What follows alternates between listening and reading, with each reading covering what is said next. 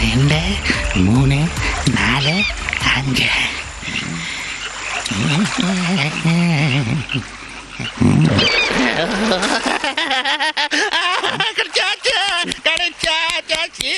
Fevicol, Cadbury என பல்வேறு விளம்பரங்கள் மூலம் முத்திரை பதித்த இந்திய விளம்பரத்துறை பிரபலம் பியூஷ் பாண்டே காலமானார். அவருக்கு வயது 70.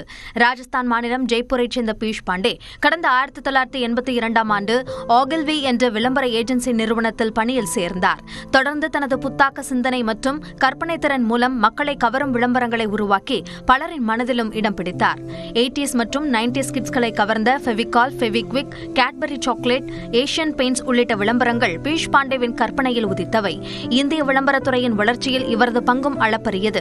பியூஷ் பாண்டேவின் சேவையை அங்கீகரிக்கும் வகையில் கடந்த 2016 ஆண்டு பத்மஸ்ரீ விருது வழங்கி மத்திய அரசு கௌரவித்தது. இந்த நிலையில் உடல்நலக்குறைவு காரணமாக கடந்த 1 மாதமாக கோமாவில் இருந்த பியூஷ் பாண்டே திடீரென காலமானார். பியூஷ் பாண்டே மறைவுக்கு பல்வேறு தரப்பினரும் இரங்கல் தெரிவித்துள்ளனர்.